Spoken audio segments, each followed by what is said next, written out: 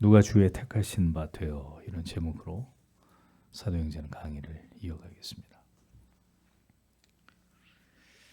베드로는 가룟 유다를 대신해서 사도의 직무를 감당할 자를 선출하는 과정을 우리에게 보여주고 있습니다.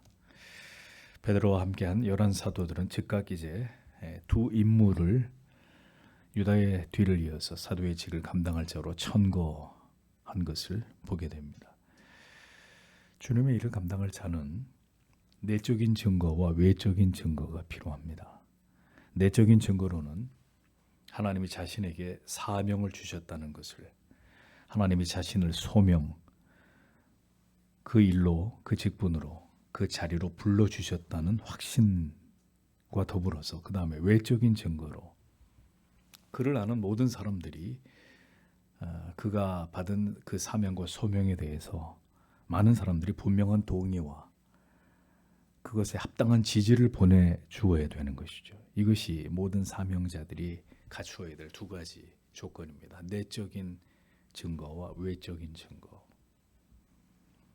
아무리 자신에게 사명이 있다고 믿어도, 스스로 그렇게 여기더라도 아무도 그의 그 확신을 지지하거나 동의해 주는 사람이 없다. 그래서 그를 추천하는 사람이 없다면 그가 생각하는 자신이 믿는 자기 자신에 대한 소명과 사명은 하나님이 주신 것이 아닐 수 있는 것입니다.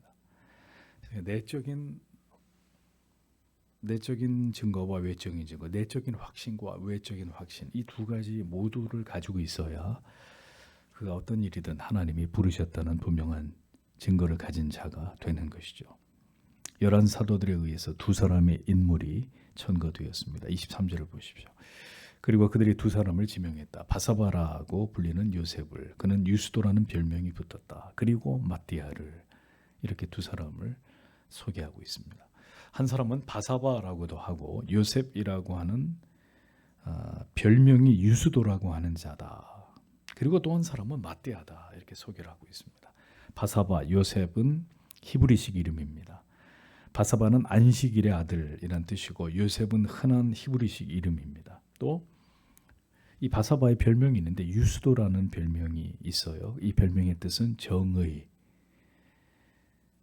정의라는 로마식 이름으로. 자, 보십시오. 이름만, 이 사람 별명만 보아도 두 사람을 추천했는데 그 중에 이 한 사람 바사바는 상당히 경건하고 그리고 아주 정의로운 인물이라는 사실을 유추해 볼 수가 있습니다. 마띠아라는 이름의 뜻은 여호와의 선물이라는 의미로. 자, 그런데 주의 깊게 이 구절을 보신 분들은 이해하시겠지만 마띠아, 달랑 이름 하나뿐입니다. 그에게는 무슨 별명이나 뭐 어떤 설명이 전혀 붙어 있지 않아요. 그러니까 이름만 보아서는 마띠아나 바사바 모두 새롭게 사도로 임명을 받기에 적합한 느낌은 들어요. 이름으로 봐서는, 두 사람의 이름만 봐서는. 이래서 역사가 유세비우스는 이들은 모두 누가복음 10장 1절에 나오는 예수님을 따랐던 12제자 말고 한 70여 명의 이 제자들의 무리 가운데 포함되어 있었던 사람이다라고 유세비우스는 기록을 하고 있습니다. 자, 그런데 이 두 이름의 소개를 살펴보면서 우리가 한 가지 추론을 해볼 수 있다는 겁니다. 첫 번째로 바사바라는 인물을 보세요. 요셉이라는 이름이 있고 거기다 사람들이 애정을 담아서 불러주는 정의, 저스틱, 정의라는 아주 멋진 이름, 유스도라는 별명까지 가지고 있는 인물이었습니다. 후보 지명 1순위였고 그에게는 이름이 2개고 자랑스러운 별명까지 가지고 있는 이런 인물이었습니다. 우리가 어떤 사람에게 별명을 붙여주죠? 우리가 제일 좋아하는 사람, 굉장히 인기 있는 사람, 친근하고 관심이 있고 이런 호감을 가진 사람에게 우리가 애정을 담아서 별명을 붙여주죠. 나이가 들면 호를 만들어주기도 하고 존경의 의미로 이렇게 이름 외에 다른 이름을 만들어주지 않습니까? 자, 그러니까 한마디로 바사바는 당시 사람들에게 아주 대중적인 지지와 사랑을 받고 있었던 이런 인물이었을 것이다라는 사실을 충분히 유추해 볼 수가 있는 것입니다. 사람들이 보기에 후보 1순위인 이 바사바 혹은 요셉이라고 불리는 정의로운 사나이, 그가 유다를 대신할 사도의 아주 적임자로 이렇게 보여졌을지 모릅니다. 하지만 이 장의 끝에 결국 투표를 통해서 사도로 선출된 인물은 누구였죠? 후보 지명 이순위, 맏대아가 사도로 결정이 됩니다. 그러니까 사람이 보기에 굉장히 유력하고 인기를 얻고 사랑을 받는 인물이 하나님이 보시기에도 그러하냐 하면 그건 아니라는 것을 발견하게 됩니다. 사람에게 잘 보이는 사람이, 사람들이 좋아하는 사람이 아니라 결국 하나님이 정하신 자에게 직무와 직임이 주어지는 것임을 우리가 보게 되는 거죠. 그러니까 사람이 보는 조건은 하나님이 보시는 조건과 다르다라는 것을 엿볼 수 있는 것입니다. 이스라엘의 2대 왕을 간택하는 자리에서 하나님은 사무엘 선지자에게 말씀하셨습니다. 사람은 외모를 보거니와 나 여호와는 중심을 보느니라.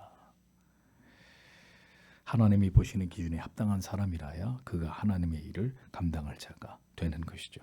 24절에서 25절을 보겠습니다. 그리고 그들이 기도하여 말하였다. 당신 모든 자들의 마음을 아시는 주여, 이 두 사람들로부터 당신께서 선택하셨던 한 사람을 보여주십시오. 이 직무와 사도 직분의 자리를 떠맡도록 그곳으로부터 유다는 떠나서 자기 자신의 곳으로 벗어났습니다. 직역을 하면 이런 뜻이 됩니다. 자, 하나님의 뜻을 구하는 이들의 이 진지한 신앙의 태도를 주목해서 보십시오. 두 사람을 열한 사도가 두 사람을 천거했고 그 자리에 있었던 모든 사람들이 하나님 앞에 이제 기도를 합니다. 유다를 대신할 사도 후보로 두 사람을 천거했고 이제 이 둘 중에 누가 다시 새로운 사도로 하나님이 세우실 자가 되겠습니까? 하나님의 뜻을 묻고 있었습니다. 하나님의 뜻을 물음은 곧 간절한 기도로 이어지고 있었습니다. 기도할 때 하나님이 하나님의 마음을, 하나님의 결정을 보여주시는 것입니다. 기도를 통해서 성도는 무슨 일이든 하나님께 묻고 하나님의 뜻대로 결정해야 합니다. 내 생각대로, 내 성경대로, 내 판단대로 먼저 결정을 하니까 나중에 가슴을 치고 후회하는 일이 생기죠. 하나님께 먼저 물어야 됩니다. 기도하면서 하나님, 무엇이 하나님의 뜻입니까? 어떻게 결정하는 것이 하나님이 저에게, 우리에게 원하시는 것입니까? 라고 물어야죠. 기도가 항상 먼저 가야죠. 언제든 개인이나 가정이나 교회나 모든 결정은 기도 없이 진행되고 결정될 수 없습니다. 기도 없이 어떤 일이든 진행해 보세요. 반드시 후회할 일이 생깁니다. 그러니까 그 누구도 기도 없이 사사로이 자기 생각을 말할 수 있는 것이 교회가 아닙니다. 신자의 가정에서도 마찬가지죠. 하나님의 일은 기도를 통해서 준비되고 결정되는 것입니다. 기도 없는 직분자는 그 직분을 수행할 자격이 1차적으로 없는 사람이에요. 누군가 기도를 열심히 하지 않는다. 일단 하나님의 일을 함에 있어서 그분은 적합한 분이 아닌 거예요. 그들은 간절히 기도했습니다. 사람의 마음을 아시고 감찰하시는, 사람의 마음을 움직이시는 하나님께서 누구를 선택하실지에 대해서 사람의 판단이나 생각을 배제한 채로 그들은 기도하면서 하나님의 뜻이 이 투표를 통해서 나타나기를 기다렸습니다. 기도를 해야 하나님은 기도하는 자들의 마음을 움직이시죠. 기도하는 자들의 마음을 움직이시죠. 하나님의 뜻을 묻는 진지하고 자신을 내려놓은 겸허한 기도에 하나님은 반드시 응답하시는 분이란 말입니다. 하나님의 뜻을 묻는 투표에 목사들이 말이죠, 총회장이 되겠다고, 부총회장이 되겠다고 돈 봉투를 돌리는 이런 미친 짓거리를 하는 것은 하나님의 심판과 저주를 받을 일입니다. 네? 세상에서도 하지 않는 짓을 하나님의 뜻을 묻는 거잖아요. 그런데 돈 봉투를 돌려요. 우리가 기도할 때 유의해야 될 점이 있습니다. 이미 어떤 결론을 자신이 다 내려놓은 상태에서 하는 기도, 하나님은 그런 기도에 응답하실 이유가 조금도 없으신 분입니다. 그러나 정직하게 하나님이 바라시는 바가 무엇인지를 구하는 내 모든 생각들을 다 내려놓고 뒤로 하고 무엇이든지 말씀하시면 그대로 따를 것입니다. 하나님이 바라시는 바가 무엇인지를 온전히 알고자 하는 진실한 기도에 하나님은 하나님의 마음을 그런 자들에게 열어 보여주십니다. 말해줘 봐야 바꿀 뜻이 조금도 없는 사람에게 하나님이 뭐하러 하나님의 뜻을, 하나님의 마음을 그에게 보이십니까? 넌 어차피 네 마음대로 할 거 아니냐. 내가 뭐라고 얘기를 하든 넌 어차피 네가 결정한 대로 할 거 아니냐. 뭐하러 나에게 뭘 뜻을 묻느냐. 그러니 그런 기도에는 하나님이 응답하실 이유가 없는 것입니다. 잠언 16장 33절에 말씀하시기를 제비는 사람이 뽑으나 모든 일을 작정하기는 여호와께 있느니라고 말씀했습니다. 하나님께서는 제비를 뽑아서 불순종하고 다시스로 도망치는 요나를 색출했습니다. 하나님이 하시는 일입니다. 사람이 세워지는 것도 또 세워진 사람이 버림을 받게 되는 일도 하나님의 주권을 통해서 일어나는 일들입니다. 제비를 뽑는 과정을 통과하지만 이것은 결코 인간의 방법이나 계획으로 진행됨이 아니라 하나님의 섭리와 뜻 가운데서 이 모든 일들이 진행되는 것입니다. 사람이 이 모든 일을 진행하고 주도하지만 그 사람들의 마음과 생각을 움직이시는 분은 하나님이시다라는 것을 기억해야 합니다. 그래서 어느 누구도 이 하나님의 뜻을 묻는 투표를 더럽히면 하나님의 저주가 임하는 거예요. 그에게. 하나님의 뜻을 묻는 것을 장난치면 하나님이 그를 가만히 내버려 두시겠습니까? 그러므로 하나님께서 우리의 마음을 움직이시게 해야지 사람의 추악한 방법으로 표를 얻으려고 하는 짓들은 하나님을 멸시하면서 만홀히 여기는 죄가 됨을 우리는 분명히 기억해야 합니다. 하나님의 뜻을 묻는 모든 일은 신성한 일입니다. 결코 사람의 의도나 욕심이나 사람의 목적이 개입해서는 안 되고 만약에 이것을 통해서 하나님의 뜻을 묻는 모든 일들이 있다면 그것은 하나님을 만홀히 하나님을 망령되게 일컫는 것입니다. 하나님의 뜻을 묻는 모든 과정과 작업은 거룩하고 중요한 일입니다. 교회는 언제나 이 일을 신중에 신중을 기해서 두려운 마음으로 행해야 합니다. 왜냐하면 하나님의 뜻을 묻는 거니까요. 그렇게 하지 않으면 하나님의 뜻을 그르치는 결과를 낳을 수밖에 없게 됩니다. 제비는 사람이 뽑지만 성경은 분명히 말씀합니다. 주여 이 두 사람 중에 누가 주의 택하신 바 되어 봉사와 및 사도의 직무를 대신할 자를 보이시옵소서. 결국 주의 택하신 자가 선택이 되는 것이다 라는 것을 성경은 놓치지 않고 있습니다. 하나님의 뜻대로 되는 것이다. 사람이 제비를 뽑고 투표를 하지만 그 일을 통해서 드러난 결과는 하나님께서 나타내 보이신 하나님의 뜻이다라는 것을 확실히 성경은 말씀을 하고 있습니다. 주님이 택하시는 것이다. 베드로가 이것을 분명하게 강조하고 있는 것을 볼 수 있습니다. 하나님께서는 하나님의 뜻을 나타내시는 방법을 사람들 안에, 교회 안에 두셨습니다. 그러므로 교회는 이 일을 신중하게 이루어가야 합니다. 그래서 교회는 민주적이지 않지만 민주적인 방식을 택할 때가 있습니다. 공동회를 열고 재직회를 열고 당회를 열어서 다수결로 하나님의 뜻을 묻잖아요.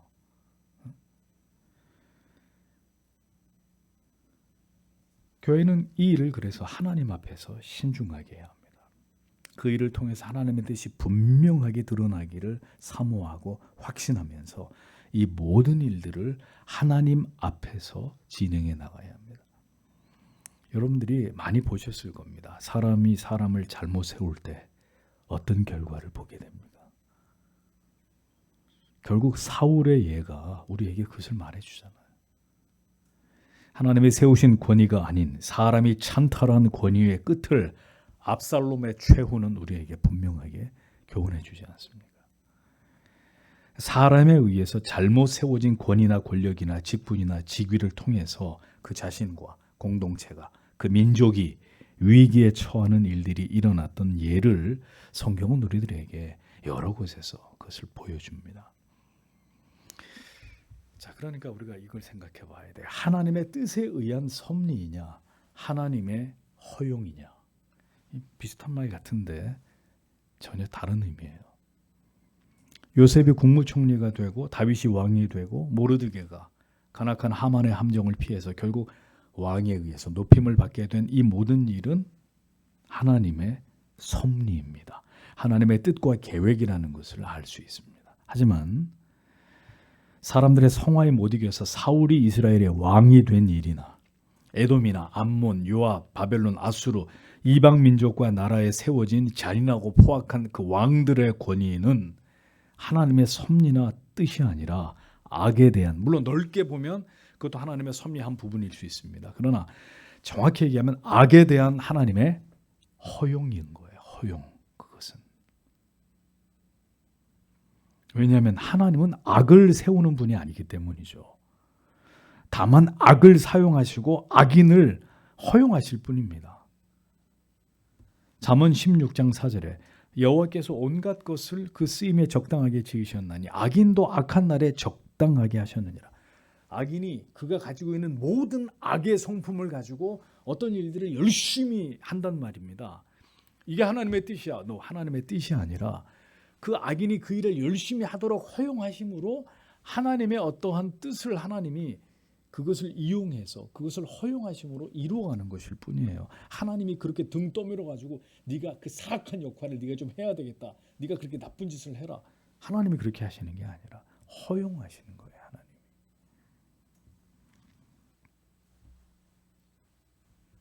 사람이 하나님의 뜻을 잘못 분별하면 하나님의 기뻐하시는 뜻을 이루어드림이 아니라 모든 악한 일과 악인들을 통한 하나님의 섭리를 이루시기 위한 허용의 도구로 전락되고 만다는 사실을 잊어서는 안 됩니다.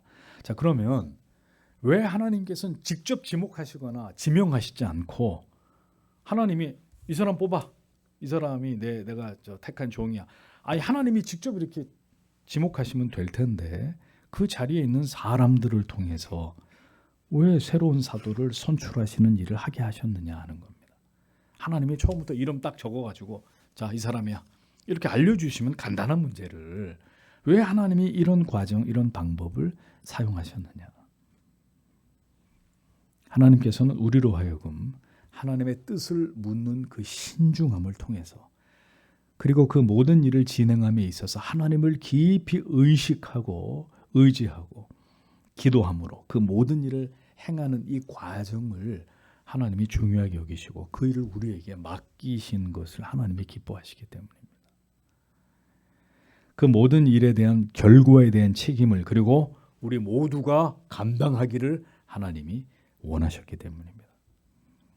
하나님의 뜻을 이루는 일이기는 하나 이 일에 사람들이 참여하게 하심으로 그렇게 진행된 모든 일에 대해서 하나님 앞에서 그 모든 일에 대해서 책임감을 가지고 그 일을 끝까지 진행해 나아가기를 하나님이 원하고 계셨다는 겁니다.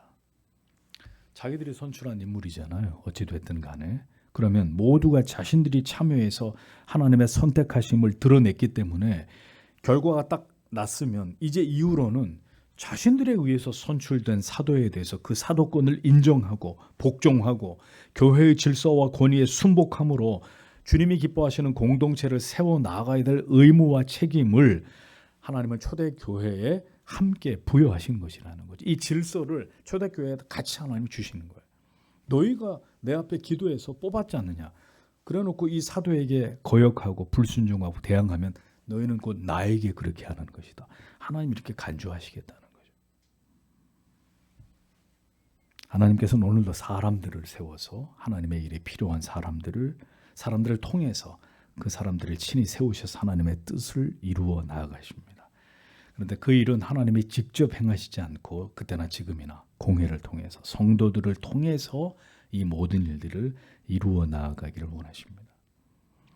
그러므로 직분이나 직책에 대해서는 하나님 앞에서 반드시 그 의무와 사명을 다해야 될 것이고 선출이 된 자나 혹은 선출한 자 모두 협력해서 선출된 자나 그를 선출한 사람들이나 협력해서 하나님의 뜻을 이루어 나아가야 될 신성한 의무가 그 공동체에 존재한다라는 사실을 잊어서는 안 됩니다. 나는 안 뽑았으니까, 나는 저 사람을 뽑은 적이 없으니까 나는 내 마음대로 하겠소.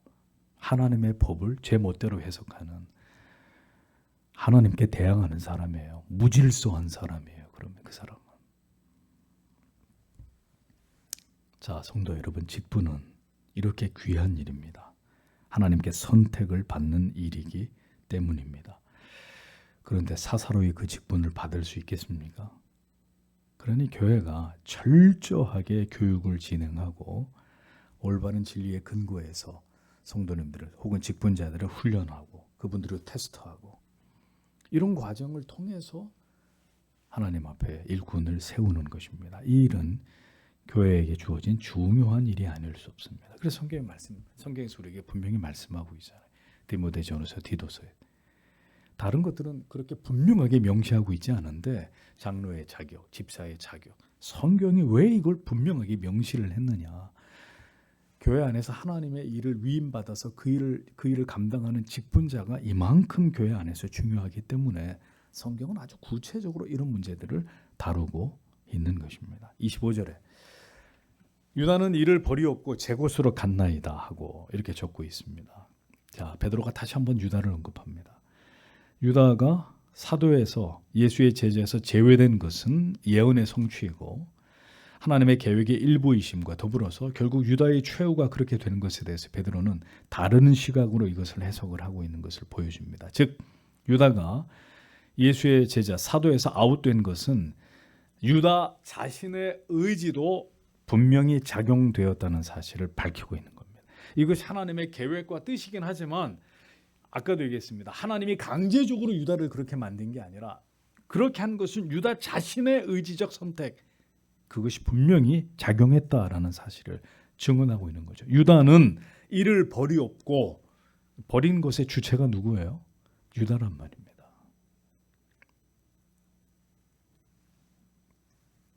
에서는 장자의 명분을 헌신짝처럼 버렸어요. 팥죽 한 그릇에. 누가 버리라고 그랬어요? 자기가 버렸어요. 자기가.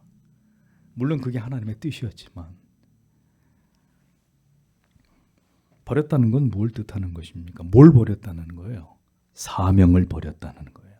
예수의 제자이자 사도의 사명을 유다 스스로가 헌신짝처럼 버렸다. 그까짓 거 중요하지 않아. 나한테는 은 30냥이 더 중요해. 사명에서 이탈하는 행위를 어떻게 설명할 수 있을까요? 자신의 직분과 직위를 버리는 행위를 모두 하나님의 뜻만으로 설명하면 사람은 면책이 주어지게 됩니다. 예를 들어서 결국 악역을 감당하고 역사 속으로 물러나는 사람들은 마치 수명을 다한 부품처럼 그렇게 쓰임받고 버려지는 것일까요? 사람의 의지는 그럼 전혀 거기에 개입하지 않은 것일까요? 오늘의 본문은 우리에게 이 문제에 대한 중요한 진리를 보여줍니다. 그렇게 하나님의 계획 속에서 아웃되는 것이 하나님의 뜻이기는 하지만 여기에는 그 사람의 악한 의지, 어리석은 선택 또한 분명하게 작용되었다는 사실을 보여주고 있는 것입니다. 그렇게 안 할 수도 있었지만 그는 그것을 선택한 거예요. 아담과 하와가 선악과 나무를 안 따먹을 수 있었지만 사탄의 유혹에 넘어갔고 그들은 따먹는 것으로 결행한 겁니다. 의심의 여지가 없습니다. 변명의 여지가 없습니다. 어떤 일이 있어도 믿음으로 감당하는 것이 신자의 도리입니다. 어떤 어려움이 있어도 어떤 수치와 부끄러움이 있다 할지라도 우리가 감당해야 될 일을 하나님 앞에서 묵묵히, 사람들 앞에서가 아니라 살아계신 하나님 앞에서 묵묵히 감당해 나아가는 그게 믿음입니다. 믿음이 없는 사람은 도망치죠. 안 보면 그만이고 창피하면 숨어버리면 되고 그럼 믿음 없는 사람들이니까 그렇게 하는 겁니다. 우리는 하나님을 두려워하고 믿음을 가진 사람들입니다. 그러면 모든 것을 그 자리에서 감당하는 게 믿음입니다. 그게 하나님이 우리에게 요구하시는 모습입니다. 세상 사람들은 비겁하게 자살해버리잖아요. 도망쳐버리든가 숨어버리든가. 안 믿는 사람들은 그럴 수 있어요. 우리는 하나님 앞에 서 있는 사람들 아닙니까? 어딜 도망가요? 우리의 의지를 통해서 하나님께 복종하고 순종하는 것도 우리 행위이고, 뒤로 물러가 버리고 모든 것을 포기해 버리는 것도 우리 행위입니다. 누가 그렇게 시키는 거 아니란 말. 내가 그렇게 하는 거예요. 하나님 그것을 통해서 역사하시는 것입니다. 결과는 그런데도 하나님의 정하신 대로 되는 거죠. 택자는 그러니까 결국 돌아서라도 하나님께로 돌아오는 거고, 불택자는 결국 돌아서 결국 하나님께로부터 멀어져서 세상으로 가버리는 것이고, 그게 그들의 결말이고. 그래서 신자는 신자다운 결정을 합니다. 끝까지 인내하고 지키고 견뎌냅니다. 왜? 믿음이 있으니까. 결국 뒤로 물러가 포기해버리지 않습니다. 다시 일어서고, 사람이 아니라 하나님께서 나를 어떻게 바라보실지만을 생각합니다. 나를 낮추실 리도 하나님이시고 나를 다시 높이실 리도 하나님이시다. 이 사실을 분명히 믿는 거죠. 유다는 스스로 예수의 제자로서의, 사도로서의 영광스러운 직분을 버리고 지 스스로 버린 겁니다. 사도의 자리를 은 30에 파는 자신 스스로의 결정을 통해서 예수를 배신한 자로 전락됐다고 베드로가 분명히 밝히고 있습니다. 어떤 경우에든 사명을 버리는 행위는 두려운 일입니다. 이것을 확대 적용하게 되면 결국 사명을 버리는 행위를 통해서 하나님의 뜻과 계획에서 자기 스스로를 중도하차하게 하는 명백한 하나님의 뜻에서부터 제외되는 일이 될 수 있다는 거예요. 그래서 두려워해야 되는 것입니다. 거기서 조금 더 나가면 결국 그가 하나님의 사람이 아니었다는 증거가 되는 거예요.